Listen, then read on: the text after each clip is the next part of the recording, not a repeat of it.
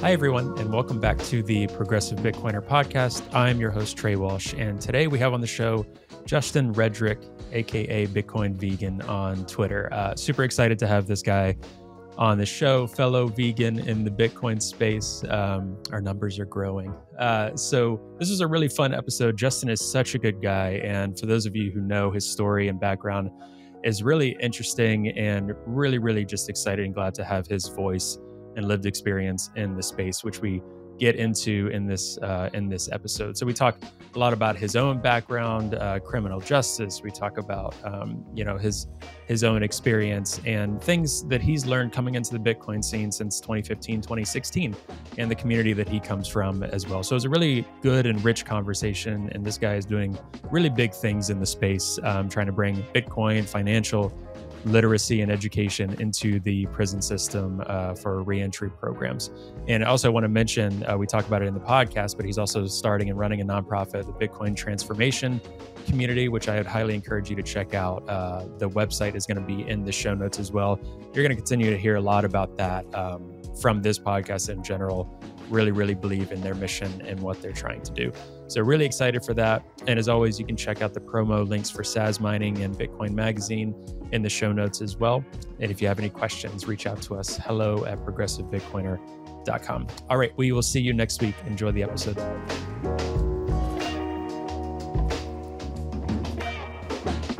Hey, Justin, welcome to the Progressive Bitcoiner podcast. How's it going? Going good. Good to be here again, man. Yeah. That's awesome. I know. Again, that's right. I'm super excited to have you on the podcast and to talk to you. You've been around for a little bit, but I feel like I've seen you popping up again quite a bit more at so many different events, conferences, Oslo Freedom Forum, jumping around on other people's podcasts. So it's super exciting to see, and I've been looking forward to this conversation for a while. So I guess initially, for those that don't know you, give us a little bit of your story, what you're up to and how you found yourself in the space. And we can go into that story a little bit more too, because I know there's a lot to unpack, but a little quick summary. Quick summary. I'm Justin. I go by Bitcoin Vegan on Twitter. I'm the author From Bars to Bitcoin. And my story in the Bitcoin is about learning about Bitcoin, coming home from prison, and using Bitcoin as a springboard to life. And some of the things that led me to be a stone cold Bitcoiner were just incidences that had taken place before even graduating high school, like losing a house, losing a friend to a violent murder, dropping out of college and going to prison, and then coming home, being an entrepreneur and finding out that there's an opportunity in the world to be different, do something different and be first. It's kind of hard to be an early adopter in anything these days, but especially coming out of prison and having Bitcoin there to provide that opportunity. No matter how many sats you have or don't have, it's always there, and it's always an opportunity. So Bitcoin provided a lot of hope to me, and just throughout the years, I've provided a lot of education, whether through online. Up until like the pandemic, it was mostly online. Then post-pandemic, like 2021. Well, in 2020, I did a summer camp with my friend Bitcoin Zay for some kids. 2021, I was on Clubhouse teaching on the Black Bitcoin Billionaires Clubhouse group. I started a room called From Bars to Bitcoin, and people who were either just home from prison, or there were organizations, family members, or even people who were currently in prison or jail would come on, and I'll teach them about Bitcoin and how they could change their lives with it. And in 2022, I was invited to the Jay-Z and Jack Dorsey Foundation Bitcoin Academy, to educate on Bitcoin in Brooklyn in the Marcy houses.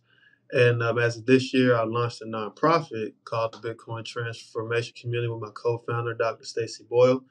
She should be on here as well one day. But would love that. Yeah, our first project is actually From Bars to Bitcoin. So going inside of prisons and educating on Bitcoin.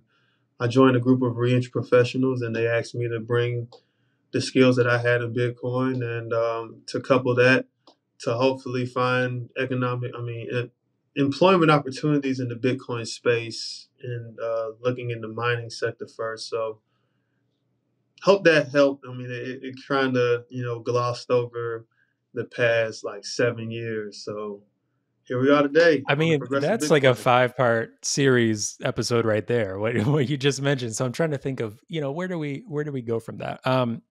First of all, I think, and it's so funny because I just told my wife about this. If people haven't seen it yet, I think a nice little synopsis and entry into who you are and what you're about is the Compass Mining documentary. Oh yeah, I yeah, think it's called From Bars to Bitcoin, right? The actual title yeah. of it.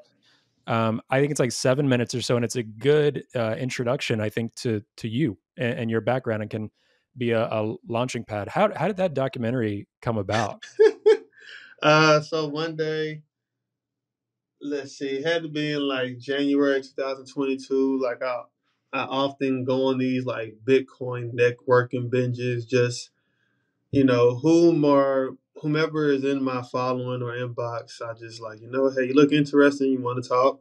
Like, just I mean, I can know nothing about you neither. Just you tweet some good stuff, it's pretty cool. What's up? Because in my idea, every person who's in Bitcoin has like some genius gene in them. If you can conceptualize this thing we have here called Bitcoin, then there has to be some type of high level of intellect in you. That's just how I You're see either it. crazy or really smart, right? Yeah, It's or yeah, like both. yeah, a little bit of both. Like Yeah, I right, mean, right. nowadays, if someone's a genius, they got to be crazy. Look Right. at like it's you don't know no normal geniuses, I guess. But Hmm.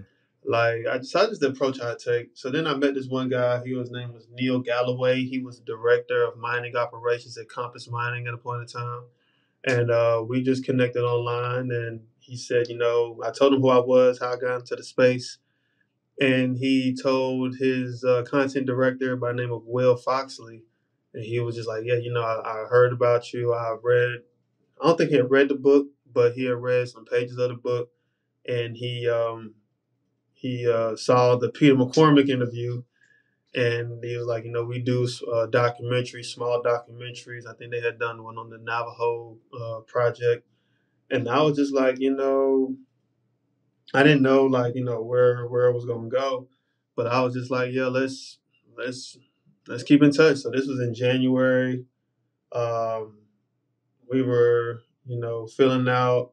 We were just always. It was a constant session of filling each other out. Seeing if I was legit, probably seeing if they were legit. And then once we got over that hump, then there's all this other stuff with crypto and Bitcoin, and I think Compass had hit a snag too. And Will was like, do you still want to do this project? I'm like, bro, I don't really give a damn that y'all had that experience. It is what it is. It's the Bitcoin space, man. Like, you gotta get comfortable seeing companies fall at the drop of a dime, and they didn't really fall. They just went through some bear market stuff, in my opinion. Um, so yeah, it didn't deter me from still wanting to do the project. And so, we were still going back and forth for a while, and it started becoming real when it was like, we planning these dates to come here. Will you be available? And I was like, yeah, I'll be here. And I had just come back from doing a lot of the Bitcoin Academy work in New York. So it was a point in time where from like August to September, it was something every week. It was either New York, the Blackout Conference for the Black Bitcoin Billionaires, then the actual shooting of the documentary. So that came about through Twitter, through other connections, and met Will, met Neil Barkley, Damien, who's actually editing these things. So he seems to be all over the place. So wherever he is, I feel good. But that's how Yep. it came Yep. about. Yeah. That's awesome. Talk to us a little bit about the academy work in New York, in Brooklyn. So I think I peripherally heard about this a couple of years ago when they launched. I forget when they exactly launched, but how did that go about? Was it similar? You're like, let me hit up their DMs, or was it they reached out to you and got connected with them? I know you got a whole group of people behind you as well with the Black Bitcoin Billionaires. But want to Mhm. hear more about that because that's super cool to me. Well, it all came about by the Black Bitcoin Billionaires. Like I had nothing to do with it other than just being in the right place at the right time. Like I had no communication with who was in charge or who bought who on. Like I got a call from Lamar Wilson and he said, can you do this? I'm like, yeah, I'll be up there bright and early. So it was a unique experience. I actually that was my first time in New York was by the project. Um, and what's interesting was this can get kind of like sad. I had gone to Times Square for the first time in my life, and that was fun. And I On this actually, trip or yeah, another time? Oh, no, okay, okay, like yeah. my very first trip to New York was during for the Bitcoin Academy. And I was like, I don't know why I had my phone out. No, I know why, because they had the street entertainers, dancers doing flips, and then I'm scanning around and I seen them all run to somebody and everybody's giving them dap.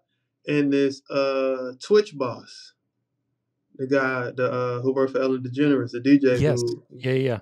yeah, and I was just like, I didn't really know who he was. He just showed up. Wow. Yeah, and then like they talk about his passing, and I'm looking at the phone like, holy shit, like there he is. Like you just don't never know, and just being there, you never know what someone is actually thinking. Like you had just been, you thought everything was good, and I think he was out there with his wife, but yeah, that was that. But beyond that, it was a very interesting, man. Very interesting. I've taught adults. I've taught like middle school students. I've taught high school students, and it was a fun time. It was you got to actually watch how you can impact a community, and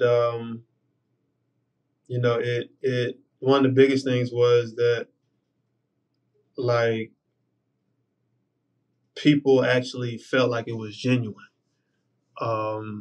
and like these groups of people, they don't have Bitcoiners just coming at them, teaching them about Bitcoin because there's a big disconnect in the gap. So to be able to provide that education to change lives as small as you can, it was really great. It was really great.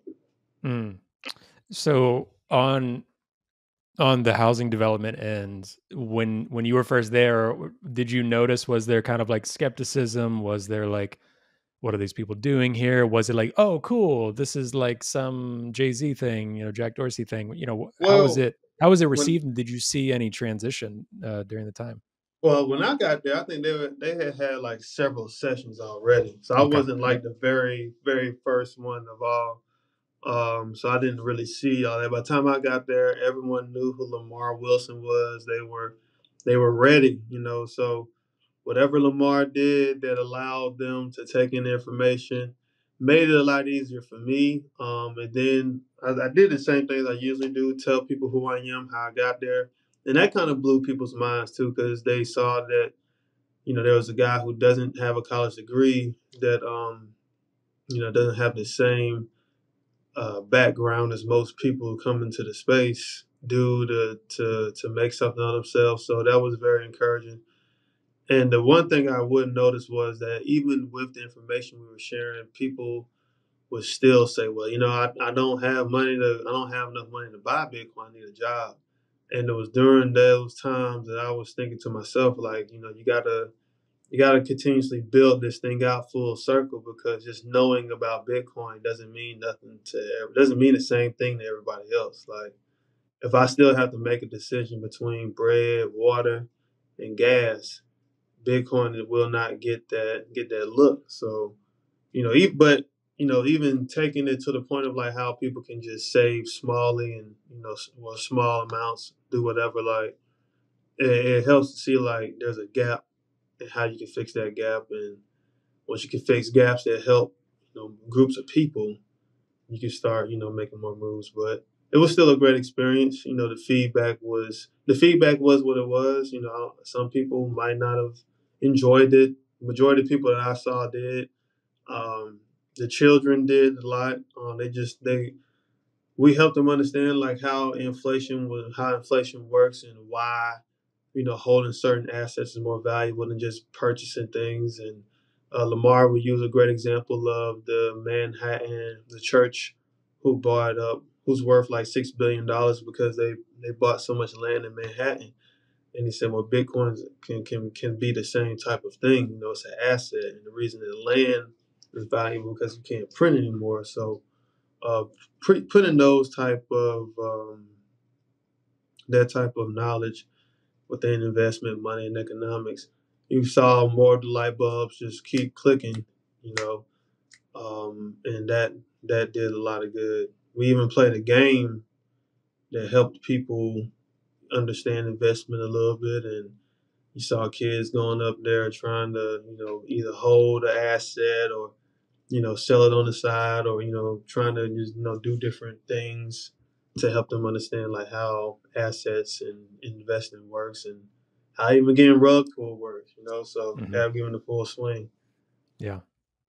So you mentioned early on to a point. So one of the things that I've talked to a lot of people about, and especially, being the Progressive Bitcoiner podcast, one of the things that I want to try to focus on a lot with this podcast and guests we have are, not that a guest has to be progressive or that the audience has to be progressive, but, what are those issues and values that progressives say they care about, right? So like the environment, income inequality, those type of things. And, how can Bitcoin address that? For me, we've started to see more about the environment, right? Like Bitcoin mining is becoming one of the more sustainable energy, sources and industries out there. But one of the things that's a bigger question mark for me and a harder, more complex conversation is, wealth inequality and Bitcoin, and wealth inequality as it applies to certain communities in the U.S. For a very long time, right? Right, Just minority communities in general in the U.S. and globally. But that's one of those things that it's not a simple answer to say Bitcoin fixes that, right? Like right, you yeah, mentioned, some people are like, I don't have enough money to buy Bitcoin, but you brought up jobs and employment, yeah. and that's interesting as well. So from your end, what do you think about when people talk about like Bitcoin, income inequality, addressing those things? How do you view some of that? How do you think through that? To be quite honest, income equality. We gotta be real. Some people put in more. They bring more to the table than others. You know, um, you'll always have that. You'll always have a scenario where somebody is going to be able to bring more value than you, and they should be, paid for the value. However, that doesn't mean that everybody should be completely asked out. Um, so I think you attack that by number one, providing opportunities as a company can, whether that's loosening up on, like, there's so many different restrictions from people getting employment. There's so much, oh well, you need to have this type of a degree, or you need to be qualified from this school. And one of the things at the Bitcoin transformation community that Dr. Boyle talks about a lot of time is that we're moving towards a space where skilling and the skills you have will help determine like what you can do and what jobs you are uniquely qualified for, and not just where you went to school, where you graduated from. And when it comes to those types of scenarios, how can someone validate your skills? Can we put you on the job, or have you built a product for yourself that can be something that someone can see value in? But I think the whole setup of how it is as a whole has to be adjusted a bit, because what is happening is it's causing a strain on the country, in America itself. Um, but when you look at it like sustainable incomes, or income equality, in a progressive case of like making it more just about Bitcoin, you got to understand that we're still in a time where people have to use fiat, because everyone isn't accepting Bitcoin, everyone isn't paying in Bitcoin, but everyone can buy it. And so when I was here at these different communities, and even coming out of prison, I've had Bitcoin, I've had to sell Bitcoin to get a car out of repossession or pay for something. Like, I still came home to a very bad financial scenarios. So just knowing about Bitcoin, it did help, but now like there has to be some type of income, because when I look at it as someone who comes out of prison, people traditionally make 15 to 12 to $15,000 a year, coming home from prison. There's a lot of people in our population that have that problem. So if you want to fix things, you want to be able to fix it kind of from, the bottom up, but then also provide like very potent information, because like some of the information is just how money works. So it's a big thing to tackle, and I feel people should just tackle a piece of what they can see that they can do. So, getting into what you were alluding to. So you grew up in Charlotte, North Carolina, is that right? Yeah. Yeah, that's right. So, talk to me about growing up in Charlotte. Love hearing people's background stories, and then you could talk a little bit about, as well, as much as you're comfortable with, and there's many other conversations, podcasts. Again, the documentary I referenced, your book that I'll include in the show notes. Definitely want people to go and get and read, which is really great. But you go into a little bit about that. Growing up in Charlotte, and then where you found yourself at, and kind of how that journey meandered. I mean, growing up in Charlotte for the most part was good. It wasn't, all bad, all great. It was a mixture of ups and downs. For the most part of my life, it was me and my mom. And when you're young, you just don't know what you're mentally caught up in until like you get old enough to step outside of it. So, like when we lost our house, it was in the suburbs. It was a nice house, and we had to go back to different community. And from there, since I had lived in Charlotte a long time, I knew like different types of people from all over. And when I had transferred from my school at Garrett in West Charlotte, that's when life had gone a bit different. I was just hanging out then. I was still hanging out with the basketball team, but the basketball team would be hanging out in the streets at the parties, and like it was just a big difference. Like, oh, like nothing was really separate. So I would do a lot of partying. I smoked a lot of weed and drank in high school too. That's why I look back like, damn, like that was really, like it was really bad, But again, that's what you thought was the cool thing to do. And one night, one of my friends got killed at a party, and it was just like, damn, life is still going on. Uh, there was never really any real treatment for it, like mentally. So like you just got 17, 16-year-old kids just with a fresh murder on their head, just walking around, you know, and this is what, you think is just real life. Uh, so it was a lot of just random things going on that I really couldn't process well. And by the And that time was I really got, moving too. Sorry to interrupt. That was really no, you moving good. too. In the documentary, you went to that house, right, where Yeah. the party was at. So there we were in there partying, like some folks from their neighborhood came in there. They were talking about their gang. They pulled out a gun and started shooting. I turned my back, I hear a gunshot. Turn the lights on, you see Travis bleeding out on the floor. I remember me taking off my shirt and wipe blood from his mouth. I was hoping he'll make it, but after a while, like I saw life leave his eyes. Took place right in there. Going back was just like, damn, Yeah. like, wow. 15 years later.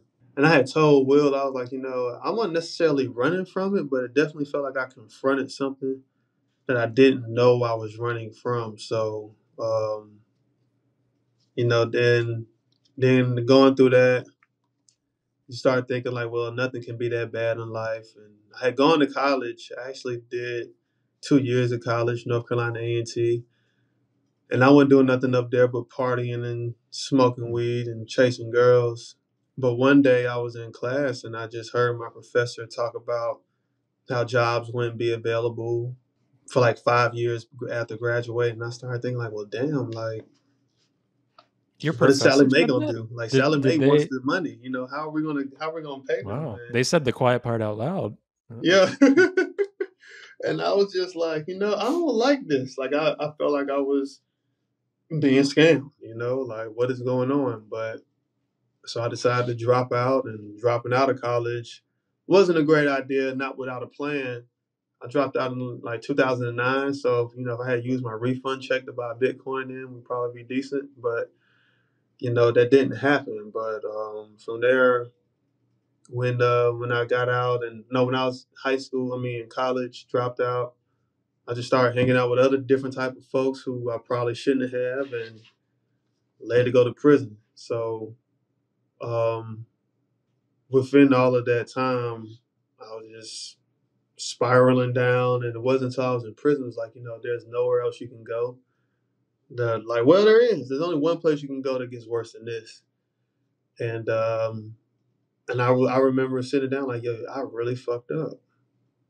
Like, I really fucked up. So, and then I was saying, like, how can I how can I come back and when I get out, make my life have meaning, and just think about a way to continuously push forward. Like, everything I did led me there. So if I have my movements and actions aligned and going somewhere that's a bit more positive, where would that take you?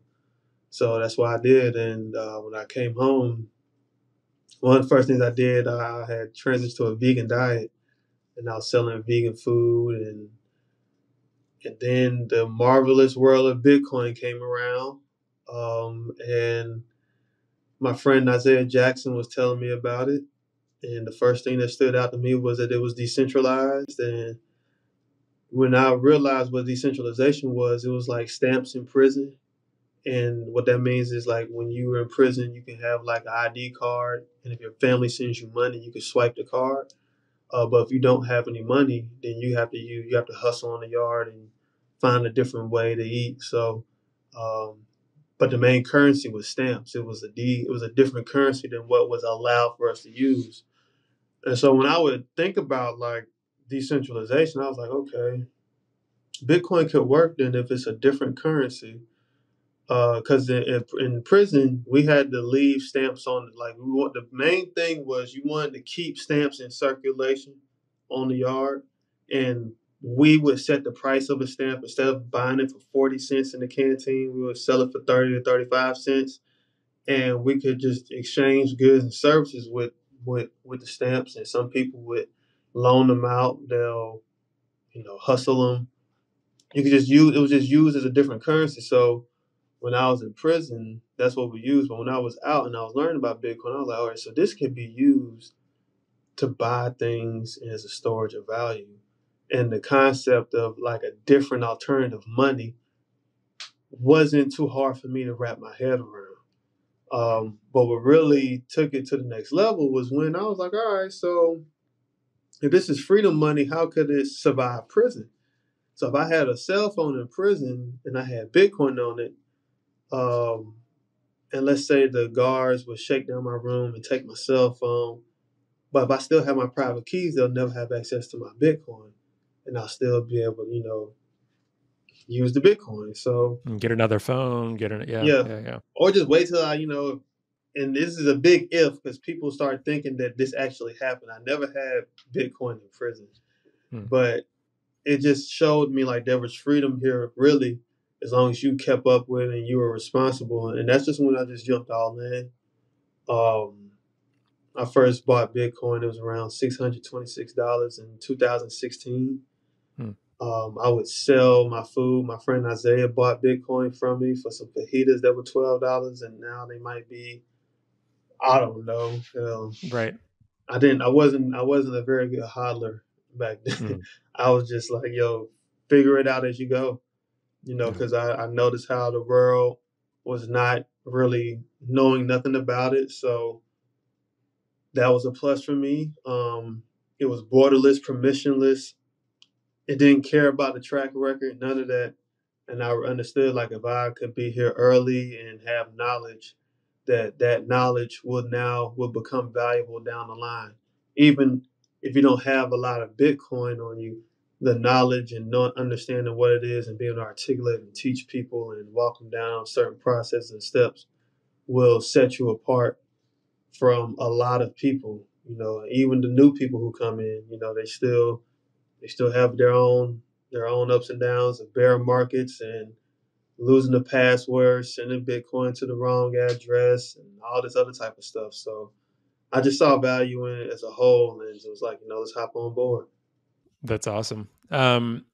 So, a couple of things too. Well, first of all, going back before we lose it, I'm vegan, you're vegan. There's not too many Bitcoin out vegans. vegans in Bitcoin, right? So for you, was that kind of a part of you're in prison, and you said it really profoundly in the documentary as well. You were like, I think you said something like you didn't have a watch, you weren't looking at your watch. You were like, I looked at the sun, it went up, it went down, and you're like, I'm here, like I'm Yeah. here. So when was that kind of the part of the same process of like, when I come out, like I want to do things differently? That's one of the ways I want to do things differently. When did that first happen for you? So I boxed at this gym in Charlotte called Dime Boxing, and I just wanted to be like in crazy shape. And in prison, I really, like I said in the documentary, I realized you don't have to know nothing to get started. You just got to be willing to learn. And like I was a baker in prison. Like I've done like a lot of wild things in prison that you have to learn how to do. So the aspect of learning and the understanding of the process of learning was, I think, my biggest thing. But you have to be committed. You know what I mean? So that's why like I didn't have a watch in prison, because of like what the hell? Like I can't go nowhere outside of where I am. They're gonna feed us the same time, do everything the same time. So the thought of me looking at the watch didn't matter. But when I came home from prison, like when I had first gone vegan, I threw out most of the stuff in the refrigerator and just said we're gonna go dive right into it. So I always knew it. You had to commit to something new. I knew that your body would try to reject it, your mind would reject it, but you got to commit. Um, so when I came out of prison in 2014, I had gone vegan in November 2015. So I was only home like a year and 6 months until I had transitioned to a vegan diet, and I've been vegan ever since. So when it came down to Bitcoin, it was an easier thing because, like, I made this big diet change with myself. I could And I take grew up in on the I could South take too, on so, Bitcoin. like, yeah, Yeah. growing up in the South, it's like like, even me being vegan growing up in the South, I still go, when I go home, it's like, it took them, like, 4 years to fully kinda start to get it, and when my, like, grandmother got it, that's when I was like, "Okay, so, she, like, got that there was no animal products." It took her, like, 4 years, so I'm super proud of her. That was a big Yeah. accomplishment for her to understand that. But so it's hard. It is a huge thing, and it sounds kinda silly, but it's such a cultural shift for that hmm part of the world too. So that's a big commitment. Yeah. I was catching slack from people who eat meat, and then I'm in Bitcoin catching slack from people who, don't know shit about Bitcoin. And I remember one day I was like, I'm just going to look up the phrase Bitcoin vegan. And I Googled it. I saw like zero results. I was Mhm. like, we riding with this one. We're going to take this Right, name right. risk here. So, but that process helped me understand like what to expect in Bitcoin.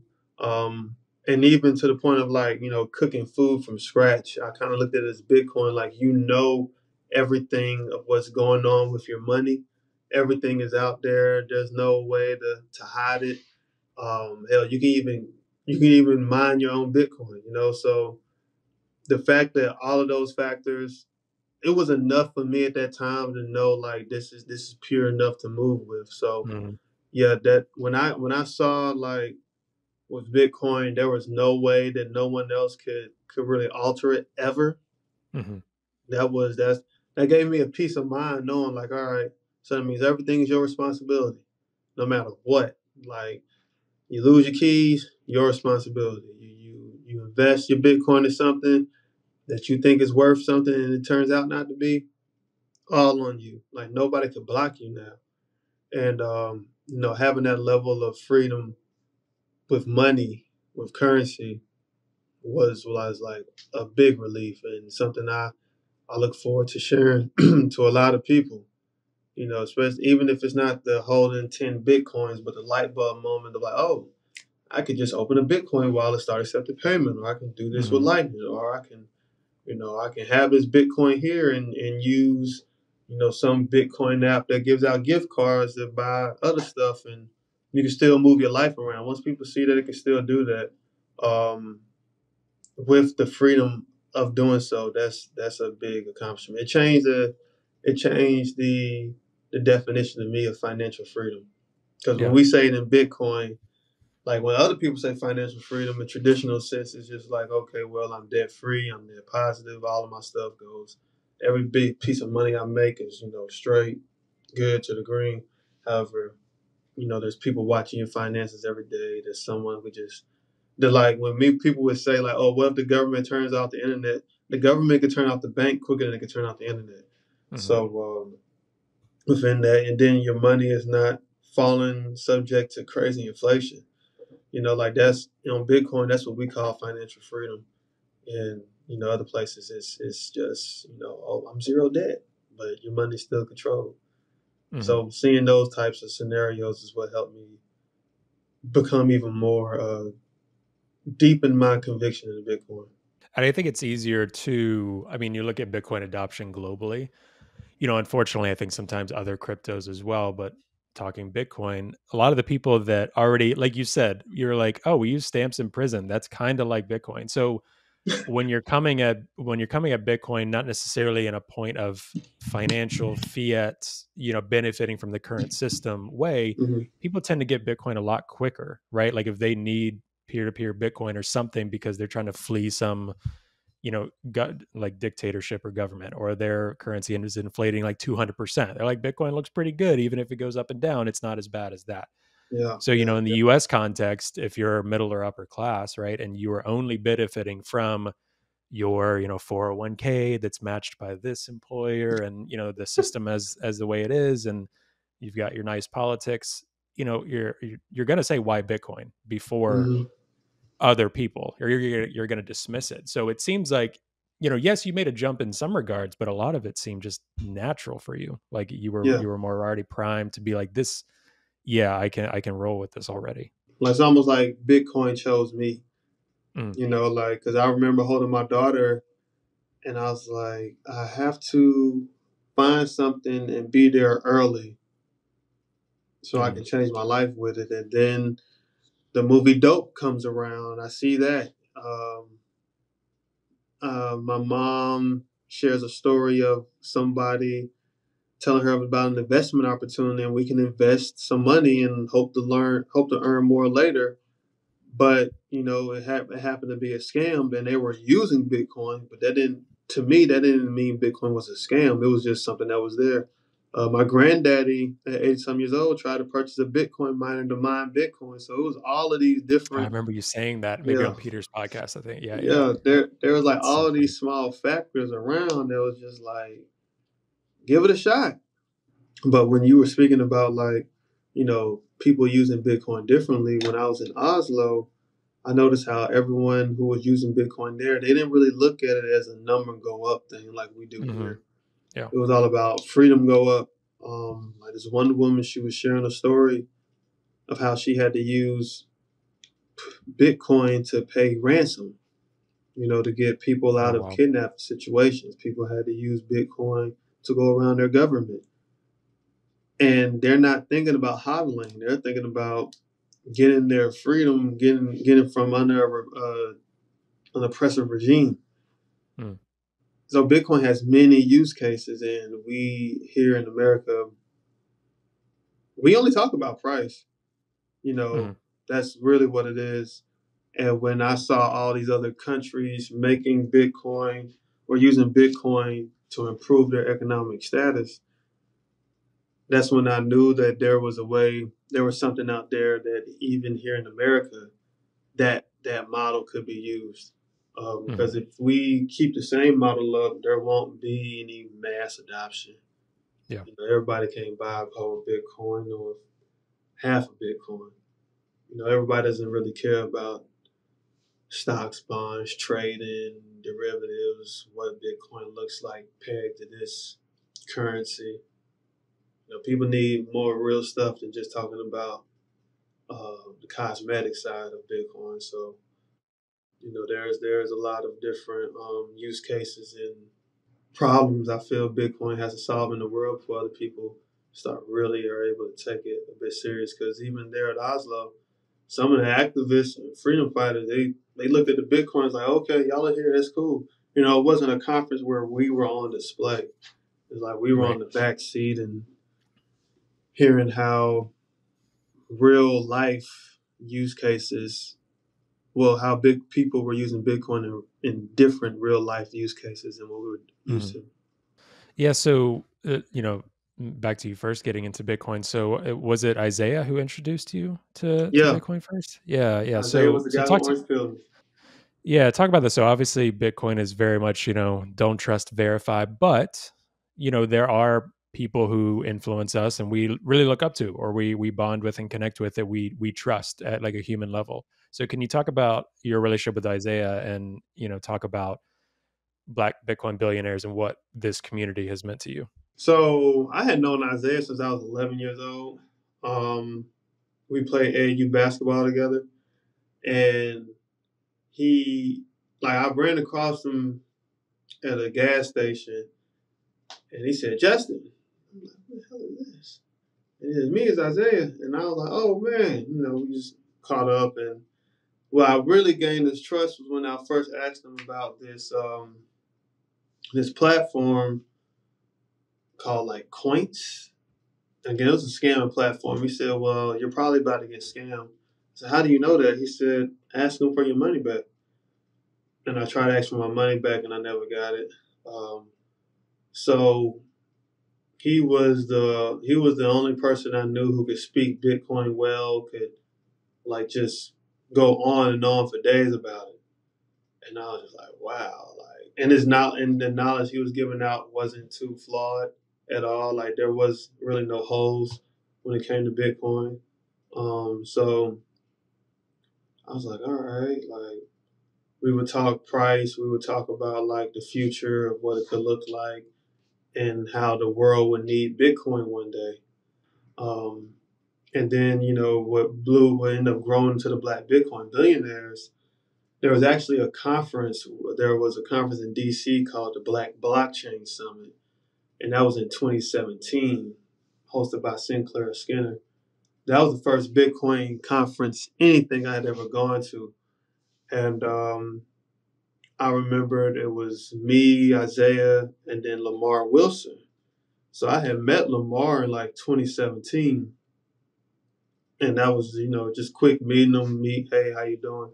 But when Black Bitcoin Billionaires came about, and Isaiah Lamar had created the group, I was still using an Android, and I had just got me an iPhone. I had joined the group, but that was a great opportunity because it was during COVID, and yeah, you didn't have much going on, so everyone was there learning. We would talk about share, educate on Bitcoin every day. Um, it was a great time, especially even down at the Bitcoin 2021. We had a mansion party. But we always educated people. We always find ways to put out education material and um, uplift our community. So the Black Bitcoin Billionaires group was something that it is something that just continuously refines its way. You know, things happen in the bear market, price goes down, people might fall to the side or go back to doing what they love to do. But the fact that we're still out there, we're still pushing. What do you think? So you've mentioned scams a lot and sketchy a lot. So do you think, the community you come from in Charlotte, or just talking to people in general, is that one of the biggest things on your end, or at least when you approach it or approach crypto? Obviously, that's a huge thing. As people hear Bitcoin, they think scams. Sometimes from like the progressive left camp, they think environmental stuff, or different folks, or they think money laundering. There's all these different FUD cases, right? Where do you rank that scam sketchy? Is that one of the top ones for you when you're talking to people?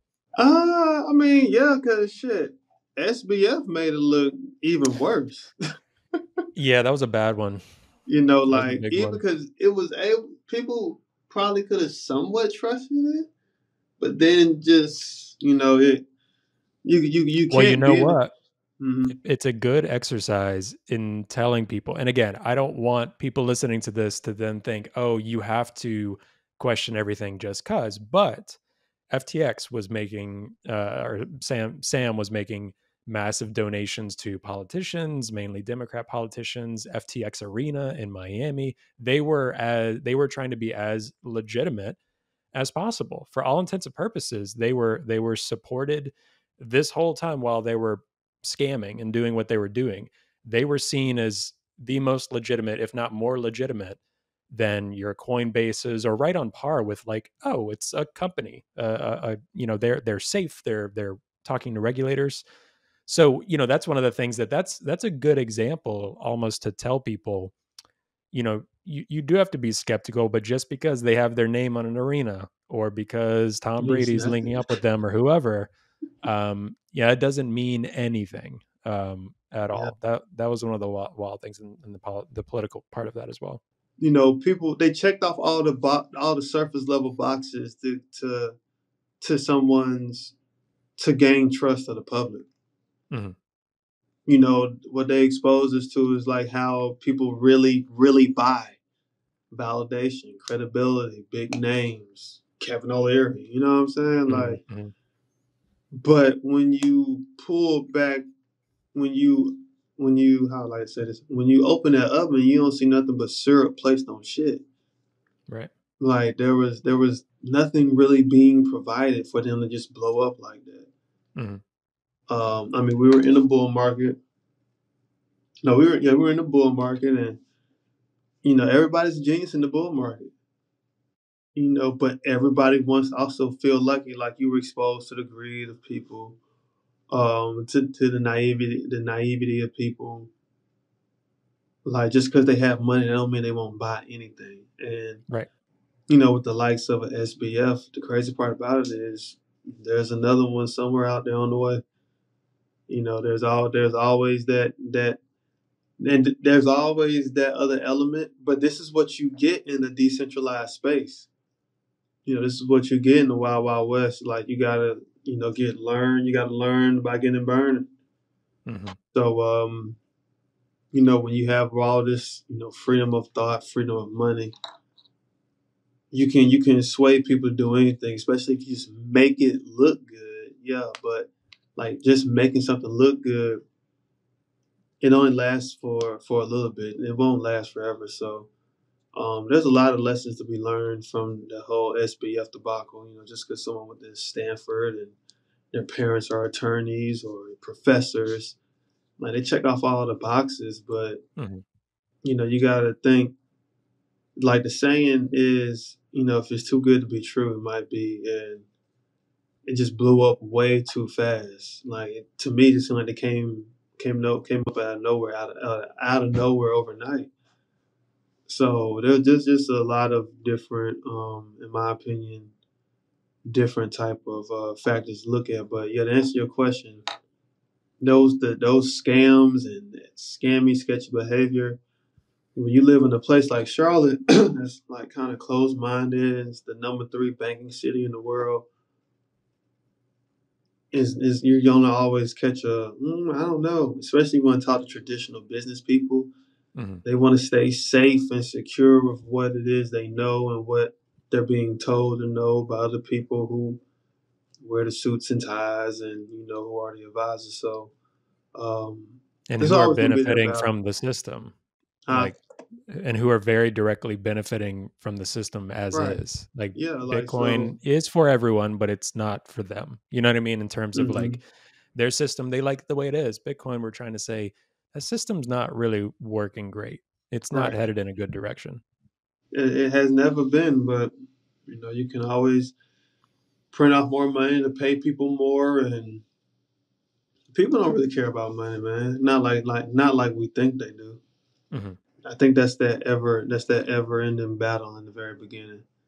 And people can get burned over and over, but they don't know there's something outside of where they are, and they don't care to know. Or you know, the reason I talk about the scams and sketchiness a lot because people you would often hear like the Janet Yellens or the Elizabeth Warrens say, "Oh, Bitcoin is bad. Like they're using this for this, or they're using Bitcoin to do this." And well, look at Silk Road and look at SBF. And the thing is, people don't understand that that actually makes Bitcoin's case a bit stronger. You just don't know it. Mm. Like you can actively find out where the bad actors are. You can pinpoint it. You can, it's not as like private as you think. Well as in traditional finances, I think the U.S. lost like $9 trillion during the 2008 recession. Mm.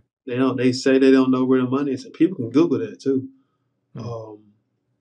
So when people are making all these claims that Bitcoin is bad and they're using it for this, like the U.S. dollar is still the number one currency on the black market. If you live in the state where marijuana is legal and you're buying it with cash, that's a black market exchange. A lot of people don't take Bitcoin. But being able to share stories and incidences of how people use Bitcoin to do something illicit and they were caught, that makes Bitcoin's case stronger. It just scares people to the oblivion to hear about it. But when you really sit down and think about it, that strengthens Bitcoin's case as to why it's an efficient currency. Strengthening Bitcoin's case, what do you think are some of the key factors in getting us closer to Bitcoin mass adoption? Well, I think and I put this on Twitter, and you commented on it. I think people have to find a way for Bitcoin to solve problems that traditional world cares about. Yep. Like it was already built in a way to solve the money problem, but like you have to really want to find a way for Bitcoin to solve problems that the other person cares about. It's kind of like dating. Like if you talk to a woman, you only talk about what you want to do, what's going on. Like it's not gonna go nowhere fast because people can only hear in the language that they like to process in. So if you don't speak the language of the other side for them to understand like there is a connection, or for them to even think about a connection, it's gonna always be a lose-lose. So like with how I saw it with even the Bitcoin transformation community and the project from Bars of Bitcoin, there was a lot of factors. You got a new technology, somewhat. You got an industry that has a hole in it as far as like when I had gone to Empower and learned about mining companies needing people to work, and I asked them like, who are you open to have, and will you have people with records work for you? And I'm like, yeah, sure. And I was thinking about like well, how people always say like, man, if I had just a better job or could do something different, I'll buy more Bitcoin. That's what they say. We don't know what they're gonna do, but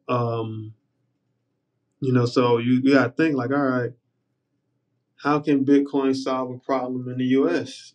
Well, we have high recidivism rates. We have a big homeless population.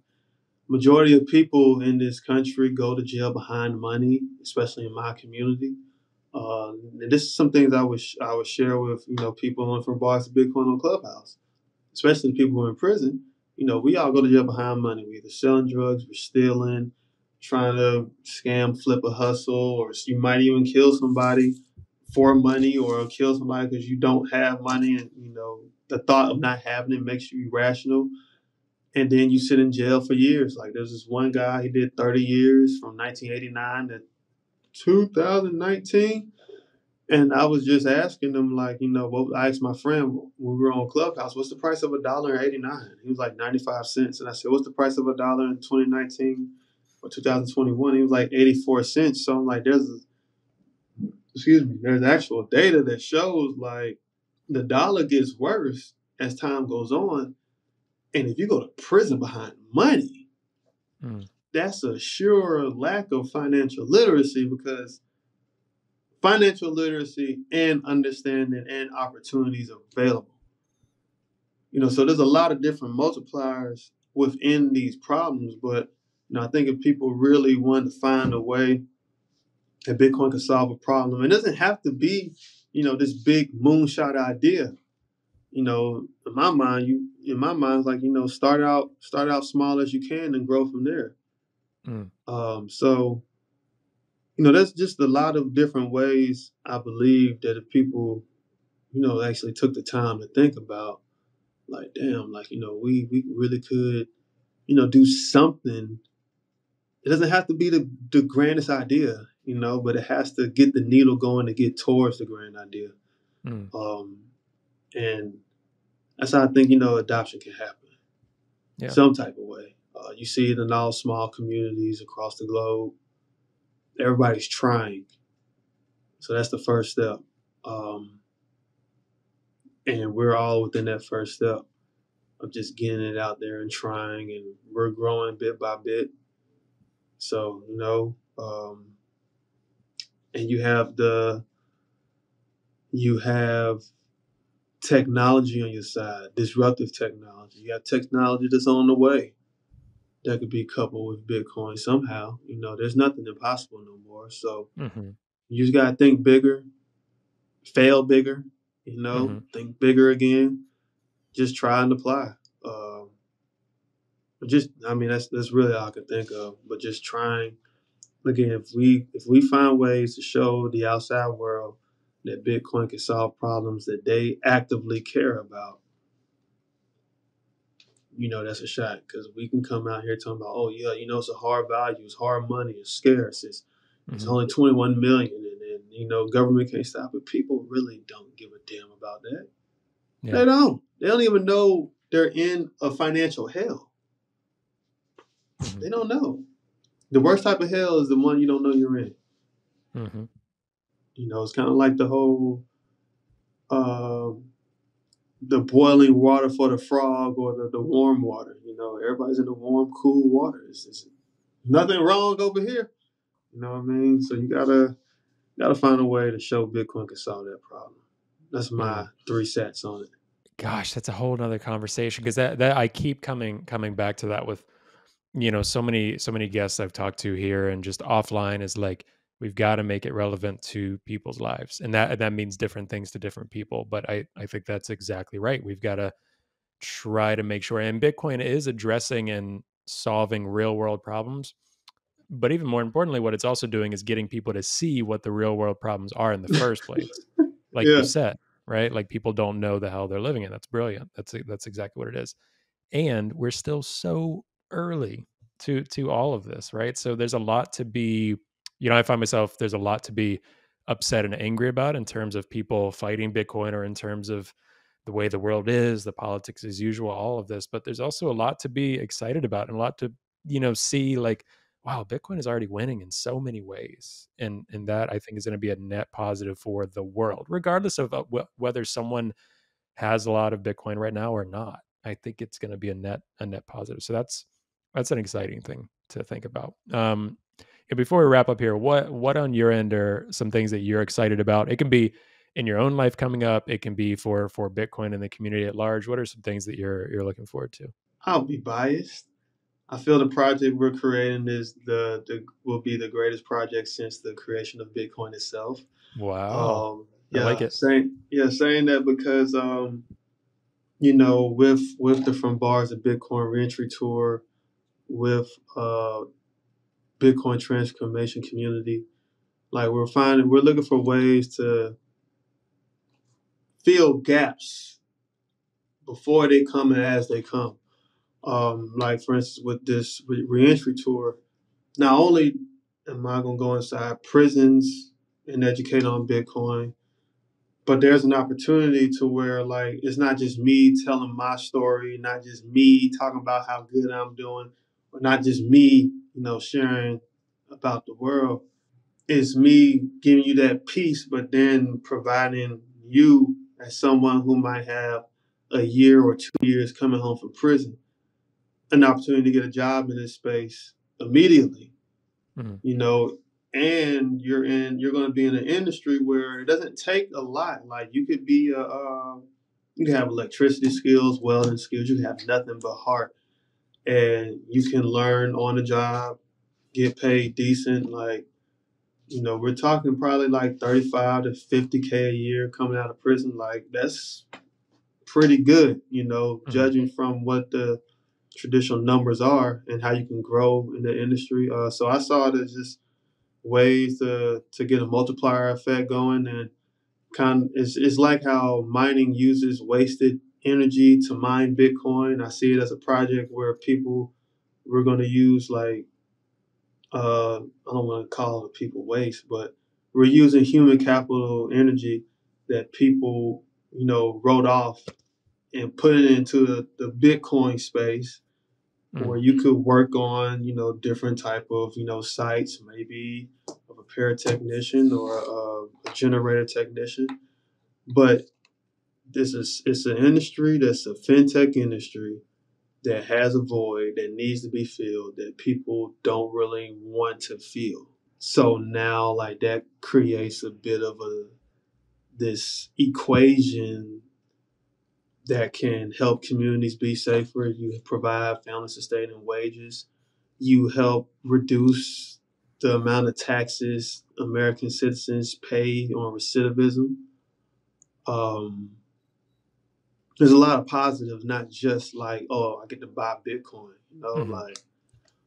so it's that, and what we're doing at the Bitcoin transformation community, and even how Dr. Boyle, she finds different skills that's going to be needed in the future, and find ways to validate those skills, so employers can know, like, hey, we had this person come from our program, from Bars of Bitcoin program, and yes, their record is public. However, here goes some skills that we trained them to get, we helped them to get.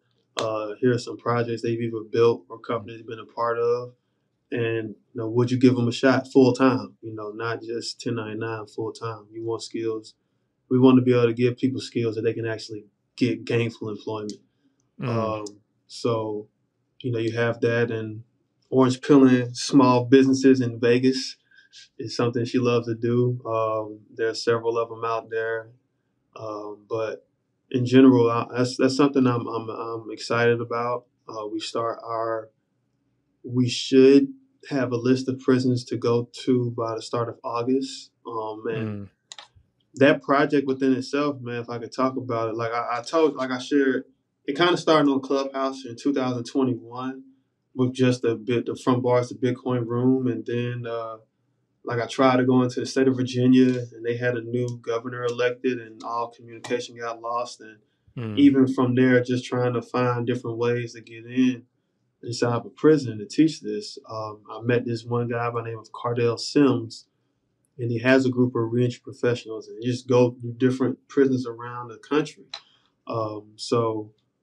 And I'll be coming on for the second half, but it's just an amazing opportunity. Even if folks might not get a job, just knowing that there's hope on the other side of those doors, and that hope is going to be orange. What I'm saying? So that's what I'm bullish on, man. And anybody looking to support that, we're here. We have a Twitter page, website. We should be on Geyser by the time this is live. So, it's just something different to bring to the Bitcoin community, and provides hope. Again, that's why I'm thinking you solve a problem that the real world has admitted to being solved, to have a need to have it solved. So that's just trying to put my proof of work out there, man. Not even my proof of work. Hope you edit that out. That's us putting our proof of work out there. No, that's amazing, and it's beautiful here to people talk about, like, Bitcoin. Yes, it's cool. Yes, it's amazing. Yes, we think it's going to change the world. But also, it's like, what are you doing right now? You're also, Bitcoin aside, it happens to be Bitcoin, but you're like, I want to help people re-enter out of prison and, like, get actual, like, good employment and start a new life in. Let's say if they don't even get Bitcoin quite yet, it's like, this is like jumping into an early internet. Like, the internet doesn't exist yet, and it's the internet. Think about the world after that. That's what Bitcoin is. So it's like, frame it that way as well for an industry. That's absolutely incredible.